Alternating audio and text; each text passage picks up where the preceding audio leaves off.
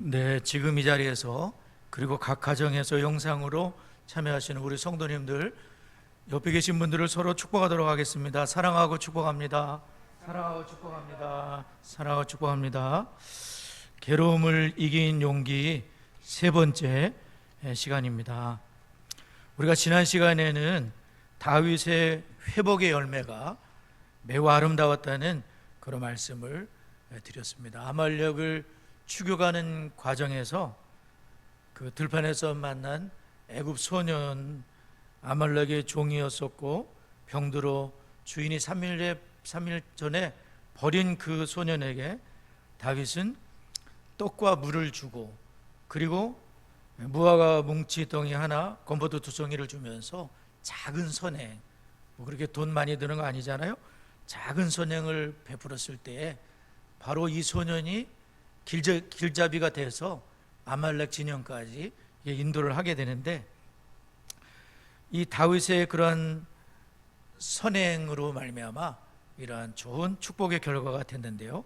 그래서 우리는 지난 시간에 기도의 영성과 선행의 영성은 같이 움직이는 것이다. 믿음의 영성과 섬김의 영성은 따로 노는 것이 아니다. 그분이 믿음이 좋다고 했을 때 또한 선행으로 그것이 나타나는 것에 대해서 창세기 24장에 이삭의 결혼 얘기를 통해서 그 노종이 이삭의 그 며느리감을 이렇게 구하게 될 때 다른 걸 본 것이 아니라 낯선 나그네를 이렇게 섬기는 그러한 것을 보게 됐죠. 그래서 그 리브가의 그 내면의 그러한 영성이 이렇게 바깥으로 나타나서 낯선 노인을 참 섬기고, 또 낙타에게도 이만큼 배불리 먹이게 하리이다 하면서 2시간 넘게 낙타에게 물을 주려고 빠르게 막 움직이는 그런 리브가를 보게 되었습니다. 그래서 이 내면의 그러한 영성이 이게 바깥으로 나오게 된 것을 우리가 보았는데, 또한 이 다윗을 이렇게 보게 되면 다윗이 이 애굽 소년을 대하게 될 때 너는 누구에게 속하였으며 어디서 왔느냐 이렇게 하면서 다윗이 그 소년에게 직접 물어보는 것을 보게 돼요. 저는 이 말씀을 보면서 다윗은 한 사람을 참 인격으로 대하고 있구나. 그 노예 소년 뭐 볼 거 있습니까? 사실 다 죽어가다가 이제 막 살아난 아이가 뭐 볼 거 있겠어요? 그러나 다윗은 그 하찮은 그 사람을 인격으로 대하고 있습니다. 너는 누구에게 속한 사람이냐, 어디서 왔느냐. 부하들에게 시킬 수 있었지만 자기가 직접 그를 이렇게 대화를 하는 걸 볼 수가 있죠. 인격으로 존중하고, 또한 이 소년에게 이제 아말렉에게 속해 있다는 것을 알게 된 다음에 네가 나를 그 애굽의 군대로, 그 아말렉 군대로 인도를 하겠느냐 하면서 부탁을 하는 걸 볼 수가 있어요. 인도해라, 명령을 하는 것이 아니라 인격적으로 부탁을 하는 그런 다윗. 그래서 이 회복의 열매가 참 아름답게 나타났다는 것을 우리가 볼 수가 있습니다. 5번째로 우리가 보게 되는 것은 전쟁터에서 하나님과 함께하는 다윗의 모습을 보게 돼요. 17절을 한번 읽어보도록 하겠습니다. 17절 시작. 다윗이 새벽부터 이튿날 저물 때까지 그들을 치매 낙타를 타고 도망한 소년 400명 외에는 피한 사람이 없었더라. 참 이 다윗이 전쟁을 하게 될 때에 새벽서부터 이튿날 저물 때까지, 어떤 사람은 이거를 하루를 보기도 해요. 그러나 이렇게 성경으로 봤을 때에는 하여간 이틀로 이렇게 표시가 되어 있어요. 그래서 그 이틀 동안 전쟁할 때에 하나님과 함께 한 것을 보게 되는데, 23절에서는 다윗이 뭐라고 고백을 했냐면 여호와께서 우리를 보호하시고 우리를 치러 온 그 군대를 우리 손에 넘기신 것이다. 그러니까 다윗이 전쟁을 할 때 하나님이 우리를 보호해 주셨다는 걸 막 느꼈습니다. 사실은 200명을 부설 시내에 머물게 했을 때에는 굉장히 600명이 지쳐 있었다는 거예요. 그 지친 상태로 막 추격을 해가지고 굉장히 피곤합니다. 그런데도 전쟁을 하는데 이틀 동안 새벽서부터 꼬박 저녁에 이르기까지 다윗이 전쟁에서 승리를 할 수 있었던 것은 하나님이 막 도와주시는 게 느껴졌을 거예요. 굉장히 힘을 주시고 반대로 상대편은 맥을 못 추는 거예요. 물론 이제 기습을 했기도 그랬지만 하나님 우리를 보호해 주시고 그 군대를 우리 손에 넘겨주셨던 거다. 그러니까 이 모든 전쟁 속에서 다윗은 하나님과 같이 했다는 것을 볼 수가 있어요. 하나님을 의지하고 비록 200명을 남겼지만 남은 400명에게 하나님이 분명히 도우실 거다. 그런 믿음을 가지고 나아갔을 때 하나님이 진짜 막 힘을 주시고 막 피곤을 이기게 하시고 막 치는 데마다 이쪽은 하나도 죽지 아니하고 400명 도망간 사람 외에는 다 멸할 수 있도록 하나님이 역사하시는 거죠. 사실 우리가 살펴봤지만 지난 1년 4개월 동안 다윗은 어떤 삶을 살았습니까?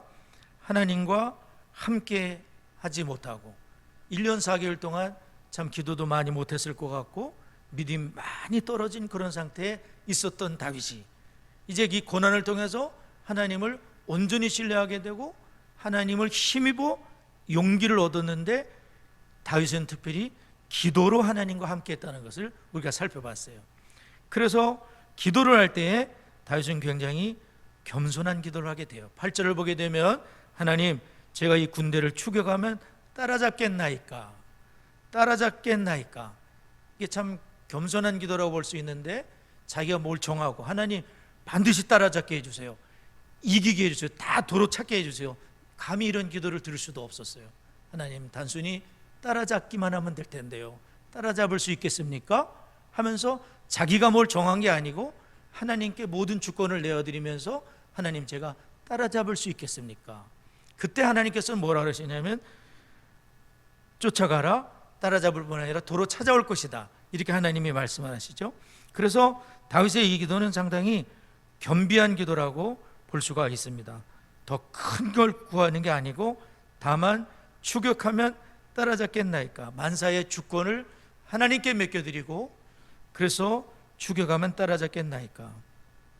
성경에는 참 겸비한 기도들로 가득 차 있습니다. 온몸에 나병이 들었던 그 환자는 뭐라고 예수님께 말씀을 드리죠?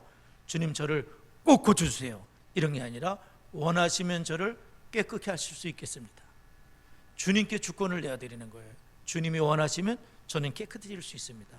그랬더니 주님 말은 그 몸에 손을 대시며 내가 원하니 깨끗함을 받아라. 원할 뿐이냐? 나도 원한다.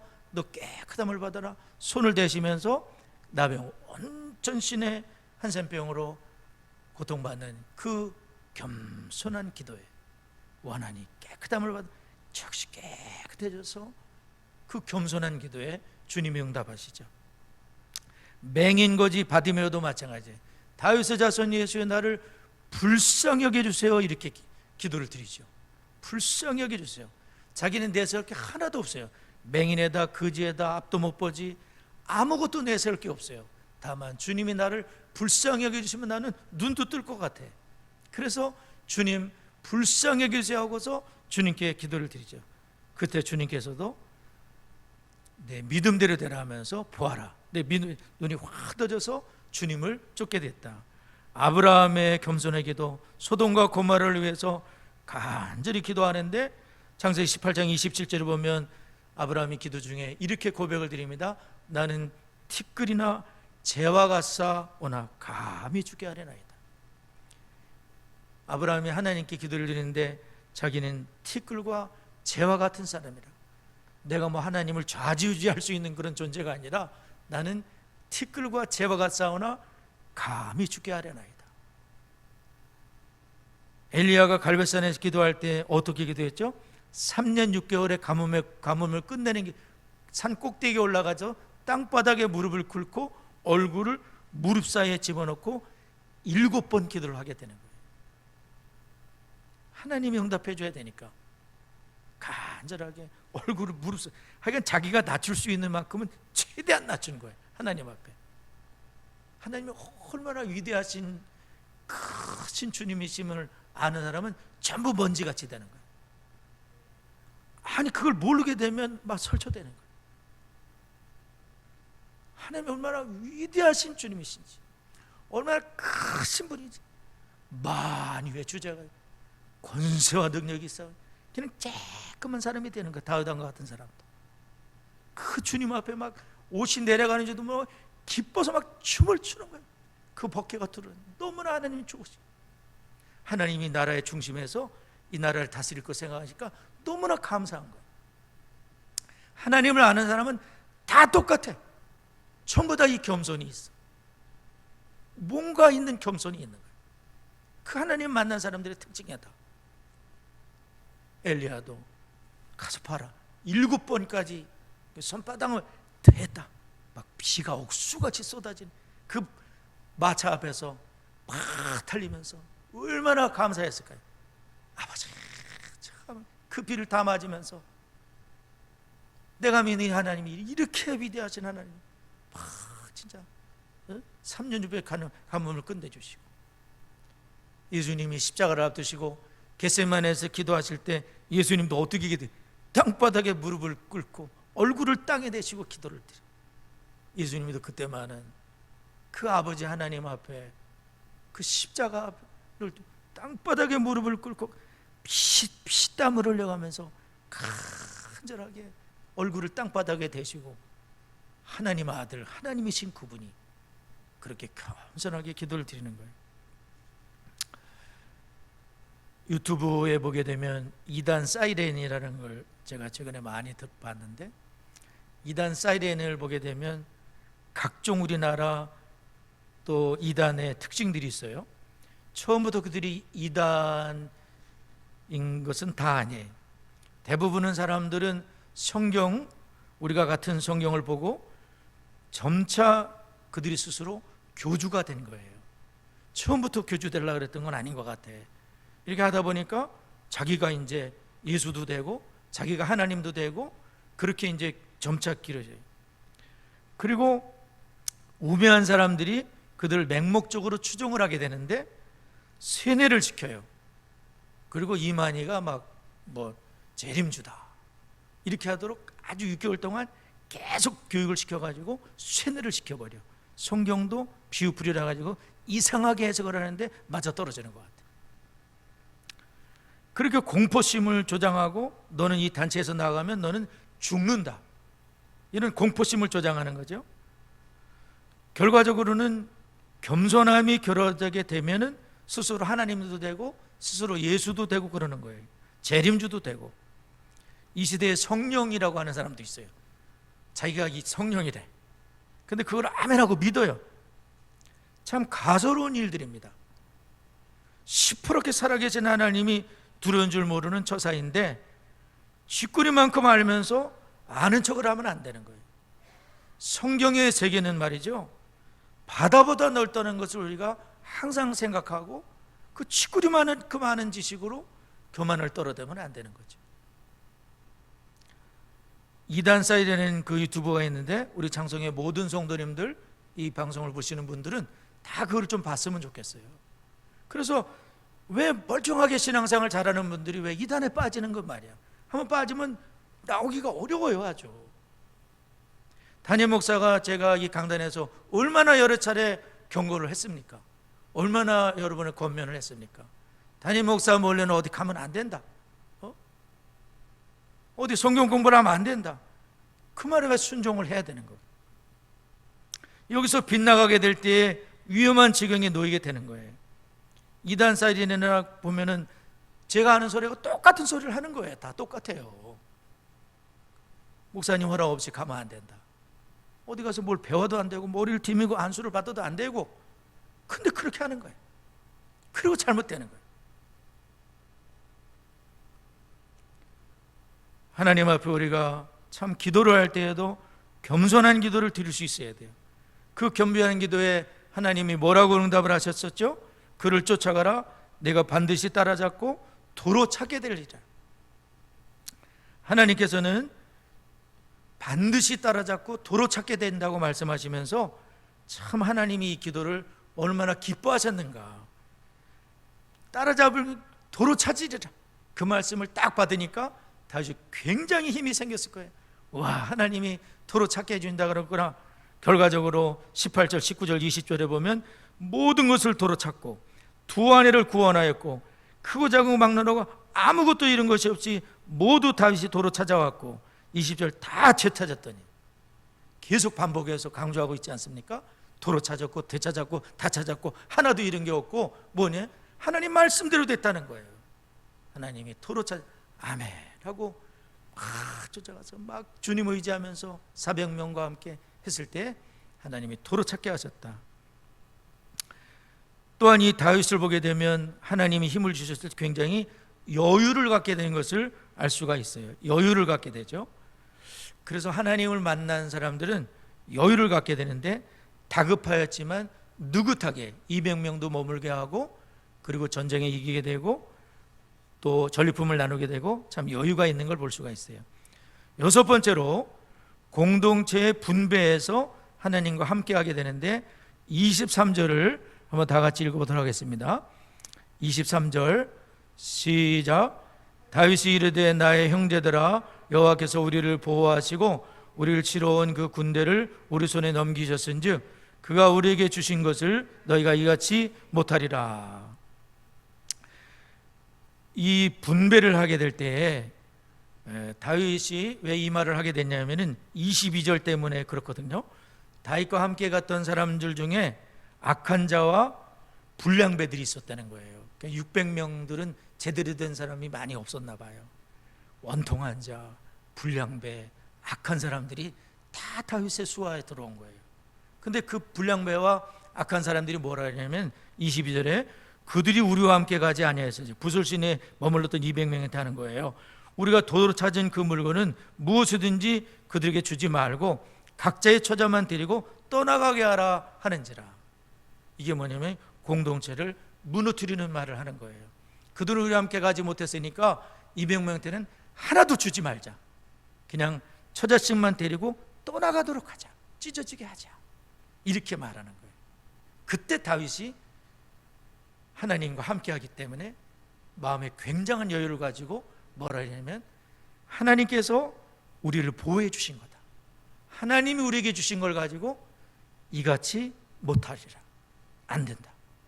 이 모든 것은 200명도 우리 공동체의 일원이고 다 같이 나눠 가져야 되는 하나님이 주신 것이다. 그런데 이 불량배들은 그 도로 찾은 것이 하나님께서 주셨다는 것을 금방 잊어버리는 거예요. 그러나 다윗은 하나님의 은혜라는 것을 잊어버리지 않습니다. 내가 이 모든 것을 도로 찾을 수 있었던 것은 내 힘이 아니고, 나는 죽었다 깨어나도 그렇게 할 수 없지만 하나님이 도로 찾게 해주신 하나님 감사합니다, 주의 뜻대로 하겠습니다 하면서 그 분배의 원칙을 정하게 되는 거죠. 그래서 이 공동체를 무너뜨리는 위험한 요소가 있는데, 그게 뭐냐면 공로주의라는 거예요. 공로주의.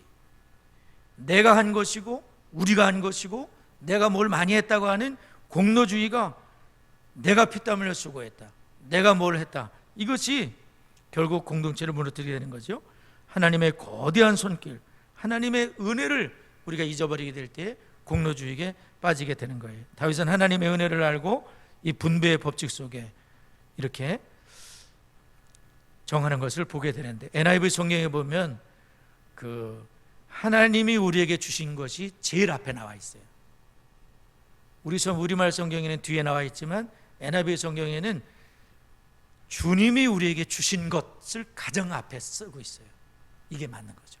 하나님 우리에게 주셨기 때문에 우리 마음대로 그렇게 할 수 없다 하면서 분배의 법칙을 정하는 그 왕다운 다윗의 모습, 그것을 보게 되는 거죠. 그래서 감사와 찬송과 영광을 오직 하나님께 돌리는데, 우리가 무슨 일을 하고서 내가 했다고 할 수 있는 건 수천 가지나 될 거예요. 내가 기도를 많이 해서, 내가 뭘 열심히 해서, 내가 피땀을 흘려서 뭘 해서, 내가 헌금을 많이 해서 이 교회를 세운 거야, 이렇게 되면 골치 아파지는 거예요. 그것이 아니라 모든 것이 하나님의 은혜였습니다 하면은 공로주의를 내려놓게 되고, 공동의 화평을 구하게 되고, 나는 죽고 그리스도를 살고 교회를 살리는 사람이 되는 거죠. 아멘. 오직 하나님께 영광, 오직 하나님께 감사. 막 우리가 월급을 타가지고 11조를 드릴 수 있는 것도 내가 뺐다 물려 돈 벌었다 이렇게 되면 어려워져요. 하나님이 건강도 주시고 하나님이 주신 거 회사도 튼튼하게 해주시고 그래서 일할 수 있게 해주신 거 하나님 감사합니다. 11조 드리면 어렵지가 않아요. 10에 2조도 드릴 수 있죠. 10에 10조도 드릴 수 있고 우리가 하나님께 항상 감사해야 되겠습니다. 마지막으로 전리품을 선물로 각처에 보내므로 하나님과 함께 되는데 26절을 한번 다 같이 읽도록 하겠습니다. 26절 시작. 다윗이 시글락에 이르러 전리품을 그의 친구 유다 장로들에게 보내어 이르되 보라 여호와의 원수에게서 탈취한 것을 너에게 선사하노라 하고 26절에서 31절에 보게 되면 전리품을 막 나눠주죠. 베델, 남방, 라못, 얏들, 아로엘 해가지고 10군데가 넘는 곳에 그 전리품을 보내게 되는 거예요. 이게 뭐죠? 그동안 다윗이 도망 다닐 때 돌봐줬던 분들에게 감사도 하는 거지만 참 우리가 욕심의 노예에서 벗어나는 길이 있는데 그게 뭐냐면 하나님께 드리는 거죠. 그리고 이웃을 섬기는 거죠. 그렇게 될 때에 욕심의 노예에서 벗어나게 되는 거예요. 이 모든 일을 통해서 다윗은 이스라엘의 왕의 모습으로 준비하다가 1년 안에 이스라엘의 왕으로서 등극을 하게 되는 거죠. 메시아의 주님과 함께하며 겸비한 기도, 오직 하나님께 영광을 돌리는 우리 모든 성도님들이 될 수 있기를 바랍니다. 이 시간 말씀을 기억하면서 잠시 기도하기를 원합니다. 첫째로 우리도 회복된 다윗처럼 매사에 하나님과 함께하는 성도가 될 수 있도록 기도해 주세요. 우리를 공로주의 함정에서 건져주시고 오직 하나님께만 영광을 돌리는 삶이 될 수 있도록 기도하시고 늘 기도하듯이 창성의 다음 세대들이 용사들의 손에 든 화살같이 될 수 있도록 창성의 평안하여 든든히 서가는 진리의 기둥과 터가 될 수 있도록 우리 다 같이 합심해서 통성으로 잠깐 기도하겠습니다. 하나님 감사합니다. 감사합니다. 아버지, 저희들도 회복된 다윗처럼 매사에 하나님과 함께하는 성도가 되게 하여 주시옵소서. 하나님 아버지, 믿음으로 기도로 하나님께 영광을 드리는 저희가 되도록 하나님 인도하여 주옵소서. 우리를 하나님 아버지 공로주의의 함정에서 건져주셔서 오직 하나님의 은혜임을 깨닫고 오직 하나님께만 영광 돌리는 저희의 삶이 되도록 주님 부르시는 그날까지 겸비하게 하여 주시고 하나님께 영광 돌리는 저희가 되도록 아버지 하나님 인도하여 주옵소서. 창성의 다음 세대들을 축복합니다. 어린 생명들, 첫발이들, 우리 학생들, 청년들 특별히 기억하셔서 용사들의 손에 든 화살과 같이 하나님 아버지 주 앞에 쓰임받게 하옵소서. 주님의 뜻대로 명중하게 하여 주시고 멀리 날아가게 하시고 영광을 돌리게 하여 주옵소서. 하나님 아버지, 우리 창성의 하나님 아버지 평안하여 든든히 서가는 교회가 되게 하옵소서. 원수막이 틈타지 못하게 하여 주옵소서. 진리의 기둥과 터가 되어 하나님의 말씀의 터 위에 견고히 서게 하시고 미혹받지 않게 하시고 영광을 돌리게 하시고 주의 몸된 교회 우리 성도님들을 보살펴 주옵소서. 인도해 주옵소서. 역사해 주옵소서. 예수님의 이름으로 기도드리옵나이다. 아멘.